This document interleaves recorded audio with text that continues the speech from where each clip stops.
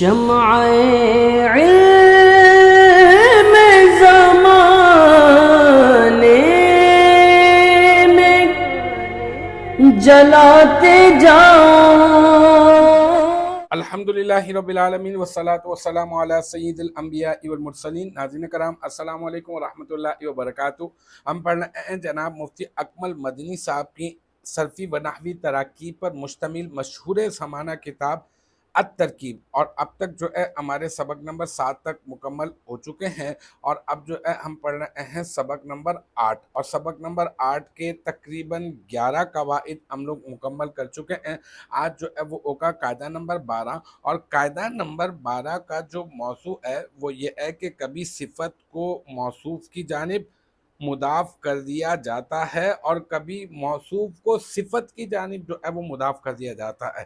اس کو میں آپ کو سمجھاتا ہوں، یہ موضوع ہے، صرف میں نے ابھی آپ کو اتنا بتایا، اب میں آسان کر کے آپ کو بات سمجھاتا ہوں۔ دیکھیں، ایک ہوتا ہے مرکب اضافی۔ مرکب اضافی کے دو جز ہوتے ہیں، ایک مضاف اور ایک مضاف الیہ۔ مضاف اور مضاف الیہ میں کیا ہوتا ہے، ایک جز کو دوسرے جز کی طرف نسبت دی جاتی ہے، جیسے کہ کتاب زید، زید کی کتاب، غلام زید، زید کا غلام، اسی طرح سے باب المسجد، مسجد کا دروازہ۔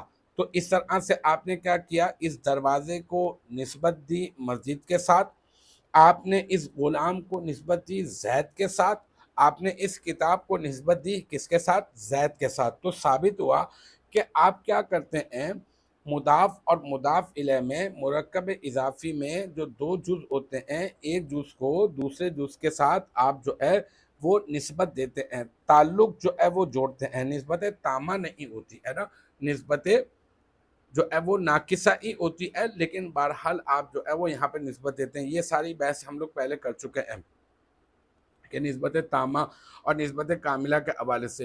ابھی جو ہے وہ سمجھنے کی بات یہ ہے کہ آپ کیا کرتے ہیں، ایک جز کو دوسرے جز کی طرف نسبت دیتے ہیں۔ اچھا، موصوف اور صفت میں کیا کرتے ہیں، یعنی مرکب توصیفی میں کیا کرتے ہیں، مرکب توصیفی میں یہ ہوتا ہے دوسرا جز پہلے جز میں پائی جانے والی اچھائی یا برائی پر دلالت کرتا ہے۔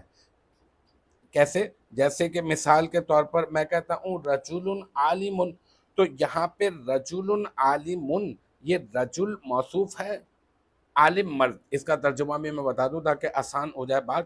رجل عالم میں عالم مرد اس کا ترجمہ ہے، اور اس میں رجل موصوف ہے اور عالم اس کی صفت ہے۔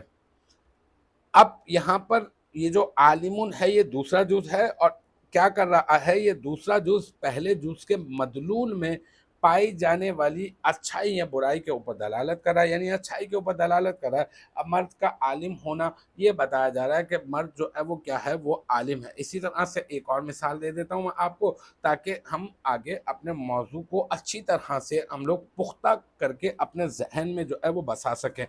وہ یہ ہے کہ جیسے کہ کتاب النظیف، اب یہاں پر جو ہے وہ کیا ہے، کتاب مضاف موصوف ہے اور نظیف صفت ہے، پھر کیا ہے، یہ نظیف ہے یعنی اس کا معنی ہے صاف ستھرا، اور بیت المعنی ہے گھر، تو صاف ستھرا گھر۔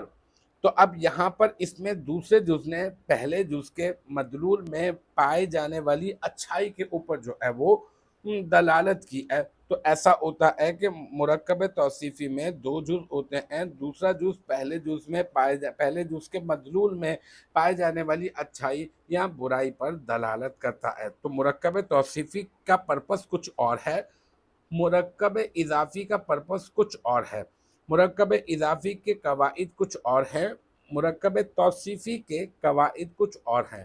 مرکب اضافی کا ترجمہ کچھ اور طرح سے کیا جاتا ہے، مرکب توصیفی کا ترجمہ کچھ اور طرح سے کیا جاتا ہے۔ مرکب اضافی کو پہچاننے کا طریقہ کار، پہچاننے کی علامات بھی لازمی سی بات ہے کہ کچھ اور ہیں، اور مرکب توصیفی کو پہچاننے کی علامات، اس کی شناخت جو ہے وہ کسی اور طرح سے کی جاتی ہے۔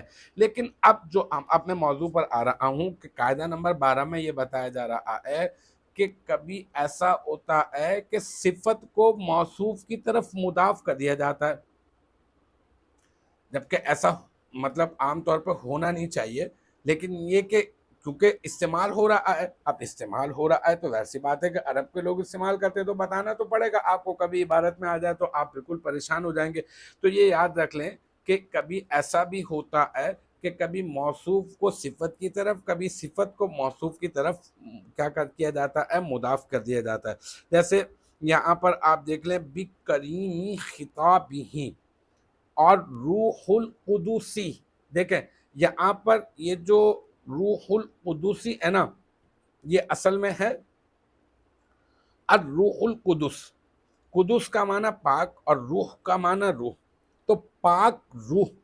لیکن اب یہاں پر دونوں کے اوپر آپ دیکھ رہے ہیں کہ الروح القدس جو میں نے پڑھا، الروح القدس، یہاں پر دونوں کے اوپر الف لام ہے، دونوں معرفہ ہیں اور دونوں واحد ہیں، تو اس سے معلوم چل رہا ہے یہ مرکب توصیفی ہے اور موصوف صفت ہیں۔ لیکن اگر میں ایسا کر دوں کہ یہاں پر اس موصوف کو صفت کی طرف اگر میں مضاف کر دوں، یعنی یہ روح جو ہے وہ موصوف ہے، القدس اس کی صفت ہے، لیکن میں نے کیا کیا، اس موصوف کو اس صفت کی طرف، القدس صفت کی طرف مضاف کر دیا۔ تو کیا جا سکتا ہے کیا؟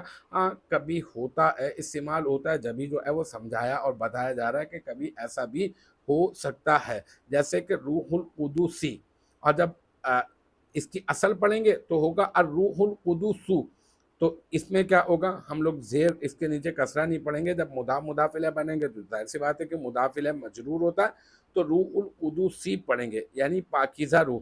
الخطاب الکریمی میں کریمو، الخطاب الکریمو، ابھی تو خیر ایسا پڑھ لیں، یہ یہاں پر بھی کریمی خطاب ہی کر دیا، یعنی کریمی، یہاں پر اس کو کیا کیا ہم نے، یہ کیا کیا ہم نے، اس کو مضاف کر دیا، اور خطاب کو ہم نے کیا کیا، ہم نے اس کو مضاف الیہ بنا دیا، یعنی یہ جو صفت ہے نا، ہم نے اس کو موصوف کی طرف کیا کر دیا ہے، مضاف کر دیا ہے۔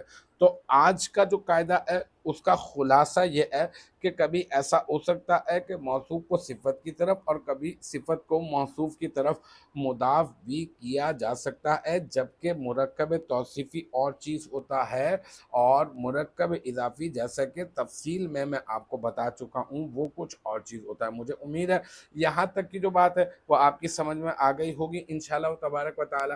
نیکسٹ ٹائم اگلی ویڈیو اگلی کلاس کے ساتھ ملاقات ہوگی، جب تک آپ اپنا بہت خیال رکھیے گا۔ وآخر دعوانا ان الحمدللہ رب العالمین۔